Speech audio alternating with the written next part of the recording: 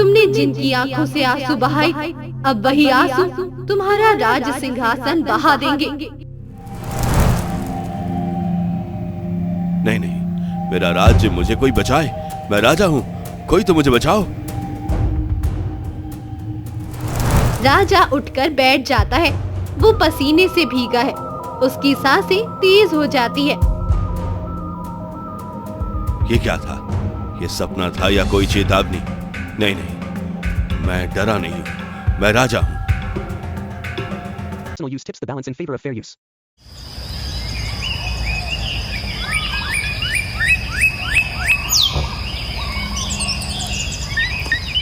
जैसी करनी वैसी भरनी। बहुत समय पहले की बात है।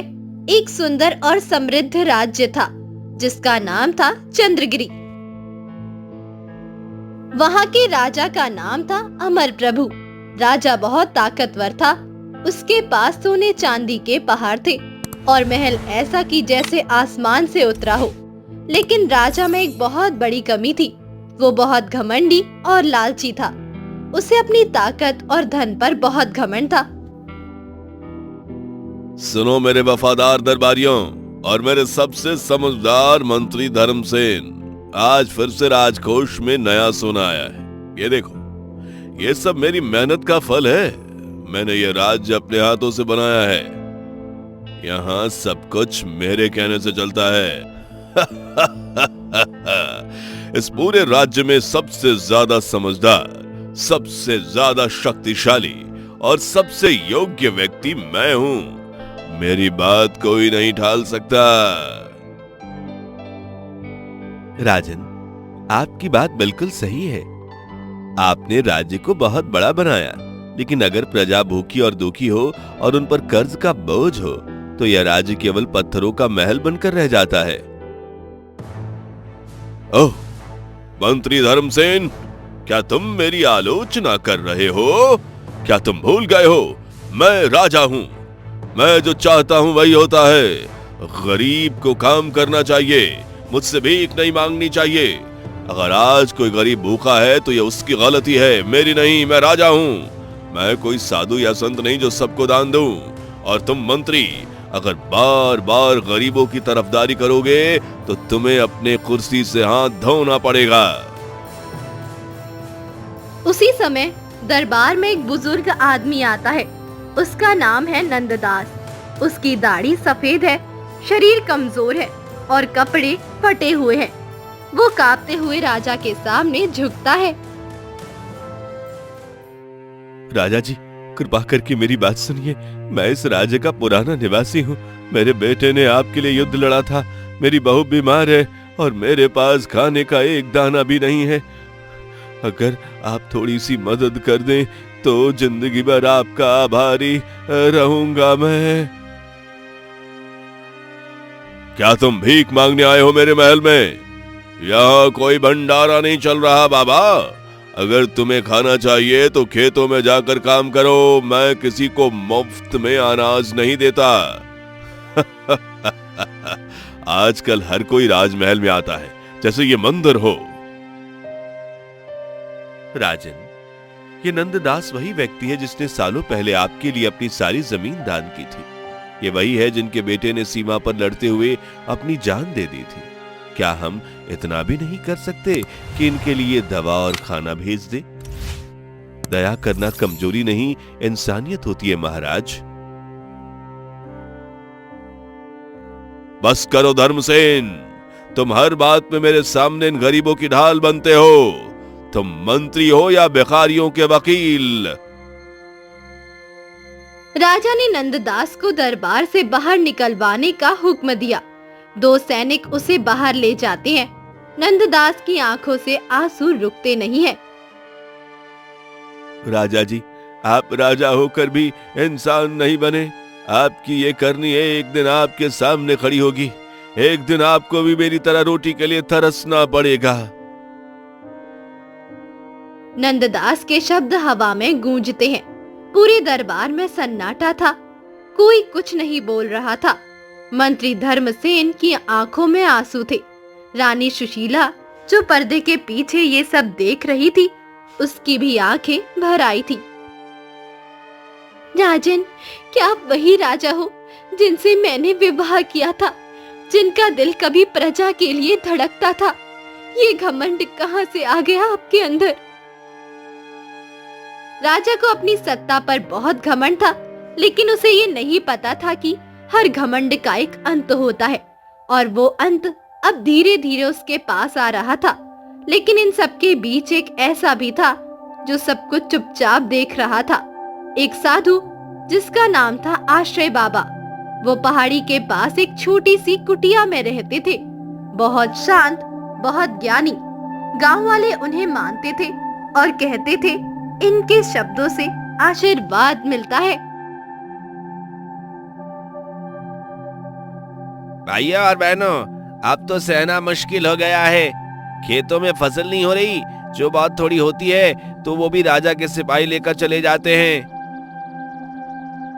बेटा रामू, मेरी बहू को बुखार है और पोता भूखा है। कल से एक रोटी तक नसीब नहीं हुई। राजा जी ने कभी हमारी तरफ देखा तक नहीं। हाँ, हम सब मेहनत करते हैं, लेकिन राजा को बस सोने की चिंता है। वो महल में नया झूमर लगवाता है और हम यहाँ अंधेरे में जीते हैं। क्या यही राजधर्म है? अब तो हमें आश्रय बाबा के पास जाना चाहिए, वही हमें इस मुश्किल से निकाल सकते हैं। बाबा जी, कृपा करें, हमारी बात सुनिए। हम बहुत परेशान हैं। राजा अब हमारा नहीं रहा, वह तो बस अपने ऐशो आराम में लगा है। आप ही कुछ बताइए, कोई राह दिखाइए। बच्चों, समय बदलता है और जो राजा अपनी प्रजा की आवाज नहीं सुनता, समय उसकी नहीं सुनता। याद रखो, जैसी करनी वैसी भरनी। जब पाप का घड़ा भर जाता है तो वह खुद फूट जाता है। बाबा, क्या कोई रास्ता है जिससे राजा को अपनी गलती का एहसास हो जाए? हाँ, लेकिन रास्ता सीधा नहीं है। ये तपस्या का मार्ग है। समय लगेगा, लेकिन सत्य सामने आएगा। अब से हर गरीब, हर मेहनतकश सच्चाई के लिए आवाज उठाएगा। तुम्हें डरना नहीं है।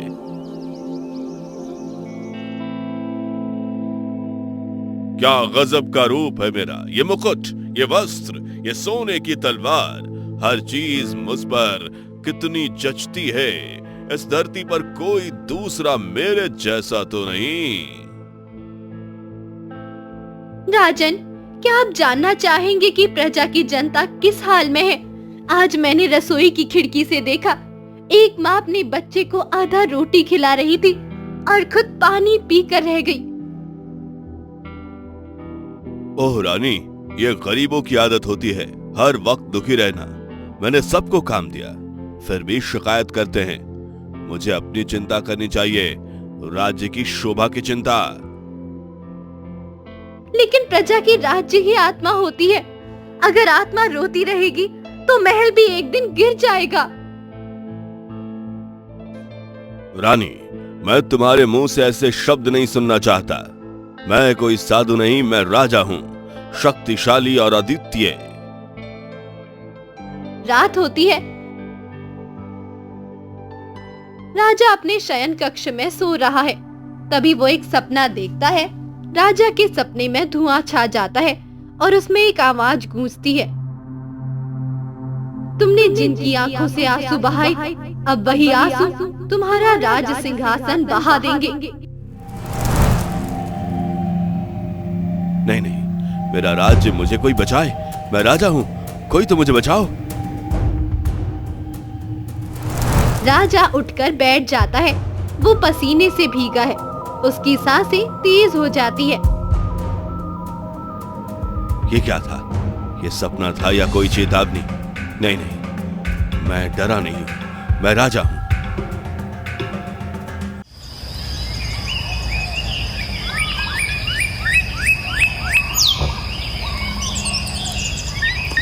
सपने की वो रात राजा को बेचैन कर गई थी, लेकिन उसका घमंड अब भी पूरी तरह नहीं टूटा था। दूसरी ओर गांव वाले अब एकजुट हो चुके थे। आश्रय बाबा की बातों ने उनके दिल में उम्मीद जगा दी थी। वे अब डरते नहीं थे। उन्होंने ठान लिया था कि सच्चाई के लिए लड़ेंगे। बच्चों, सूरज उगने से पहले अंधेरा बहुत घना होता है, लेकिन अगर तुम सब एक साथ हो तो किसी राजा की तलवार भी तुम्हारे हौसले नहीं तोड़ सकती। अब समय है एकता, साहस और सच्चाई का। राजा ने जो किया अब उसका हिसाब शुरू होने वाला था, और जैसे हर कर्म का फल होता है वैसे ही अब हर आंसू एक सागर बनकर लौटेगा। राजा अमर प्रभु अपने दरबार में बैठे थे। चारों ओर सैनिक और मंत्री खड़े हैं। रानी सुशीला भी पास में बैठी है। मंत्री देव, आज से पूरे राज्य में एक नया कर लगाया जाए। हर घर से सोने की अंगूठी या एक बकरा राजकोष में देना अनिवार्य होगा। अगली बार सिंहासन की सजावट सोने से करनी है। महाराज, प्रजा पहले ही बहुत दुखी है। खेतों में पानी नहीं, अनाज नहीं और महंगाई बहुत बढ़ गई है। अब ये नया कर उन्हें और दुखी कर देगा। तुम मंत्री हो या दया का पात्र? मैं राजा हूं। मुझे अपने राज्य को और भव्य बनाना है। जो आदेश दिया है वह मानना होगा। जो विरोध करेगा उसका घर जला देना।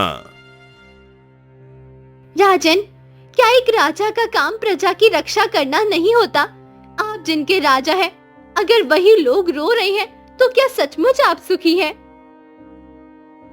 मुझे अब किसी की भी सलाह नहीं चाहिए। मैं सब कुछ जानता हूं। ये महल, ये सिंहासन, ये सब मेरी मेहनत से मिला है, और कोई कुछ कहे मुझे फर्क नहीं पड़ता। अगले दिन सैनिक गांव में आते हैं, डंडा लेकर गांव वालों को डराते हैं। राजा का आदेश है, हर घर से सोने की अंगूठी या एक बकरा देना होगा। जो नहीं देगा उसका सामान जब्त कर लिया जाएगा।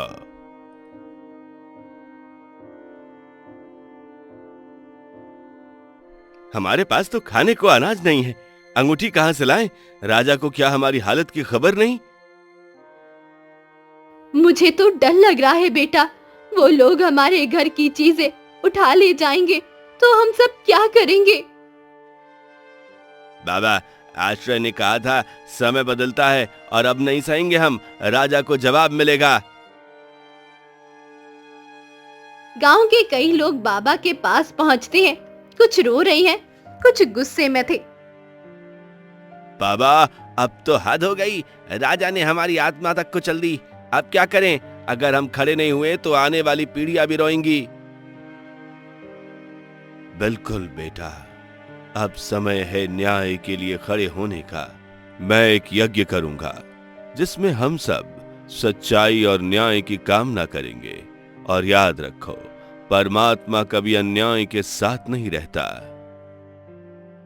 क्या सच में भगवान हमारी सुनेगा बाबा? बिल्कुल सुनेगा, क्योंकि अब प्रार्थना नहीं, प्रजा की पुकार है ये। और जब सच्चे मन से पुकार होती है तो ऊपर वाला रास्ता बना ही देता है। राजा अमर प्रभु जैसे ही नए कर वसूली की राशि गिन रहा था, तभी अचानक बादल गरजने लगे। महल की दीवारों में दरारें आने लगी। झूमर जमीन पर गिर पड़ा और घोड़ों की चीखने की आवाज आई। क्या हो रहा है? ये सब क्या हो रहा है? मेरे महल को किसकी नजर लग गई? महाराज, शायद ये प्रजा के आंसुओं का असर है। गरीबों की आहें अब पत्थरों को पिघला रही हैं।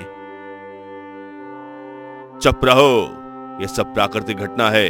मेरा महल अडिग है, मैं डरने वालों में से नहीं।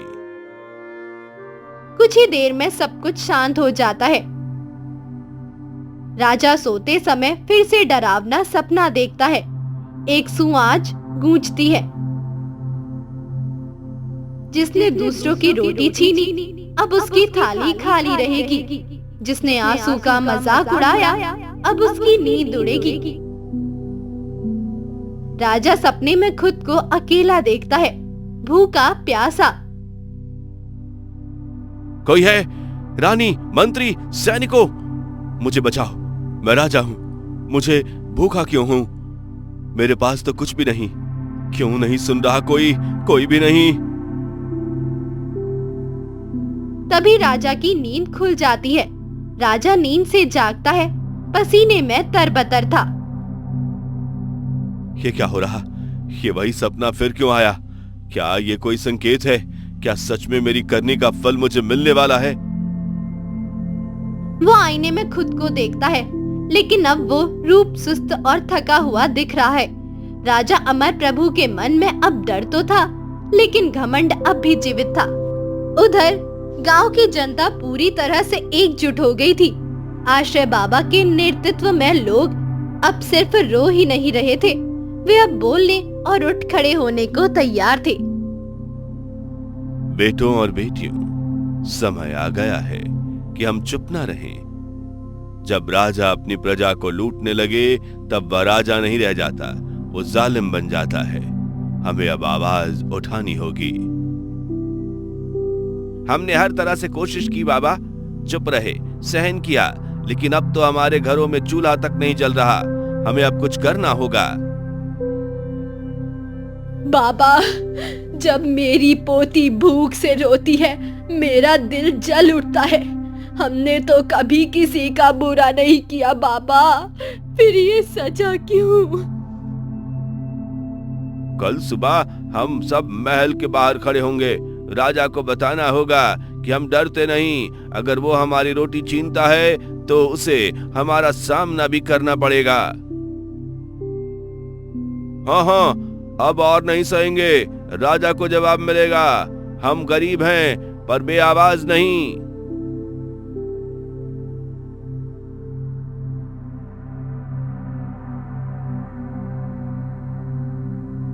आज सुबह से ही मन बेचैन है। ऐसा लग रहा है जैसे कुछ बड़ा होने वाला है। सैनिकों से कहो महल के बाहर पहरा बढ़ा दिया जाए। महाराज, ये बेचैनी डर से भी हो सकती है। जब मन पर अन्याय का बोझ बढ़ता है, तब आत्मा खुद चीखने लगती है। बस करो मंत्री, मुझे कोई डर नहीं है। मैं राजा हूं, राजा किसी से नहीं डरता। राजन, एक बात कहूं, आप सच में राजा बनना चाहते हैं तो प्रजा की आंखों में देखिए। वहां अगर आंसू हैं, तो आप सफल नहीं, असफल हैं। क्या तुम भी मेरा विरोध कर रही हो सुशीला?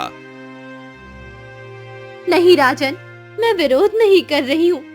मैं आपको वो चेहरा दिखा रही हूँ जो आपने खुद से छुपा रखा है। सैकड़ों गांव वाले महल के सामने हैं, आकर खड़े हो जाते हैं। राजा महल की ऊंचाई से भीड़ को देखता है। यह सब क्या है? ये भीड़ यहाँ क्यों आई है? यह आपकी प्रजा है महाराज। ये सब वही लोग हैं जिनसे आपने रोटी छीनी, छत छीनी। अब वो आपको जवाब देने आए हैं।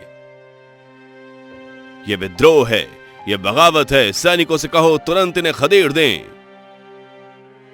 क्या हुआ? तुम सब चुप क्यों हो? महाराज, हम सब भी इसी राज्य की संतान हैं। हम उन पर हमला नहीं कर सकते जो हमारे अपने हैं। राजन, अब वक्त है अपनी करनी का फल देखने का। ये प्रजा आपको गद्दी से हटाने नहीं आई है, यह आपको आईना दिखाने आई है। देखो इनकी आंखों में डर नहीं, सिर्फ दुख है। बाबा, ये सब मैंने क्या किया? क्या अब भी क्षमा मिल सकती है? जिसने दूसरों का घर जलाया हो, वो अपने घर को भी राख बनने से नहीं रोक सकता। लेकिन हां, पछतावे से शुरुआत हो सकती है अगर आप सच में बदलना चाहें। मैं बदलना चाहता हूं, मैं बदलना चाहता हूं। सच में मैं चाहता हूं कि मेरी प्रजा मुझे माफ कर दे। मैं फिर से राजा नहीं, उनका सेवक बनना चाहता हूं। राजा अमर प्रभु ने जब जनता के आंसू अपनी आंखों से देखे, तो उसका कठोर दिल पहली बार पिघला।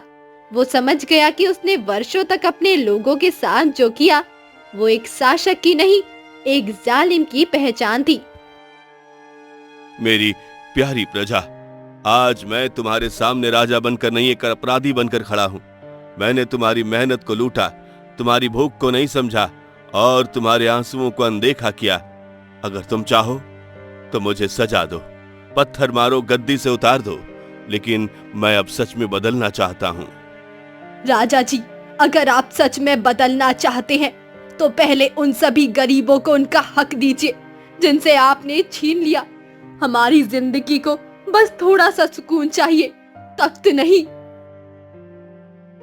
हमें आपसे भाषण नहीं चाहिए राजा, हमें आपका कर्म देखना है। क्या आप सड़कों पर आकर हमारे साथ खेतों में काम कर सकते हैं? हाँ गणेश, कल सुबह से मैं खेतों में तुम्हारे साथ रहूंगा नंगे पैर। मैं चाहता हूं कि मेरा घमंड मेरी मेहनत से टूटे। राजा अब अपने पुराने राजसी वस्त्रों को छोड़कर धोती और कुर्ता पहन चुका है, हाथ में हल लिए खेत में खड़ा है।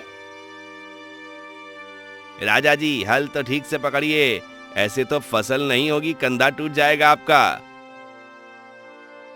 टूटे तो सही, पर कम से कम समझ तो आ जाएगा कि तुम्हारी पीठ पर क्या बीतती है। राजा जी, गरम रोटी और गुड़ लाई हूं, एक निवाला खा लीजिए। ये राजसी भोजन नहीं है, मगर मेहनत की थाली है। ये सबसे मीठा खाना है जो मैंने अपने जीवन में खाया है। पहले जो खाता था उसमें स्वाद नहीं, अहंकार होता था। आज इसमें प्रेम है। राजा बदल चुका था। वो रोज लोगों के साथ काम करता है, बच्चों को पढ़ाता है और बीमारों की सेवा करता है। राजन, अब आप सच में राजा लगते हैं। अब आपके माथे पर ताज नहीं, लेकिन चेहरे पर संतोष है। सुशीला, अब मैं समझ गया कि असली ताज वही होता है जो प्रजा के दिलों में हो। अगर वो मुझे माफ कर दे तो वही मेरी असली जीत होगी।